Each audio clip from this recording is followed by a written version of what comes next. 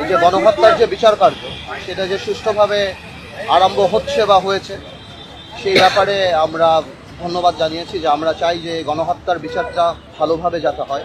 একটা ছোট্ট জিনিস আমরা টেকনিক্যালি বের করছি, আমরা দেখতে পেলাম যে আমরা ট্রাইব্যুনালে বলা হয় standard article 6 European convention on human rights বা যে কোনো স্ট্যান্ডার্ডেই আসামির জানার অধিকার আছে কি মামলা হলো কি হলো না বা যে অ্যাকিউজ। তো আমি এই জিনিসটা বললাম যে এটা ইন্টারন্যাশনাল স্ট্যান্ডার্ডে যাতে হয় এই ব্যাপারে কেয়ারফুল হতে হবে। এবং আওয়ামী সরকারের সবচেয়ে বড় আরেকটা ব্যাপার ছিল গণহত্যা এবং গণতন্ত্র হত্যার বাইরেও দুর্নীতি। আমি এটা বললাম যে দুর্নীতির টাকা লন্ডার্ড মানি রিকভারি নামে একটা কমিশন করা উচিত, যে পাচারের মাধ্যমে যে টাকাটা চলে গিয়েছে সেই টাকাটা যাতে ফেরত আসে এবং সেই প্রোফাইলকে ব্যবহার করে তাহলে ইউকে থেকে আরম্ভ করে দুবাই সিঙ্গাপুরে যে 3-4 লক্ষ কোটি টাকা পাচার হয়েছে সেই টাকাটা ফেরত আসবে, কারণ এই টাকাটা আওয়ামী সরকারের টাকা।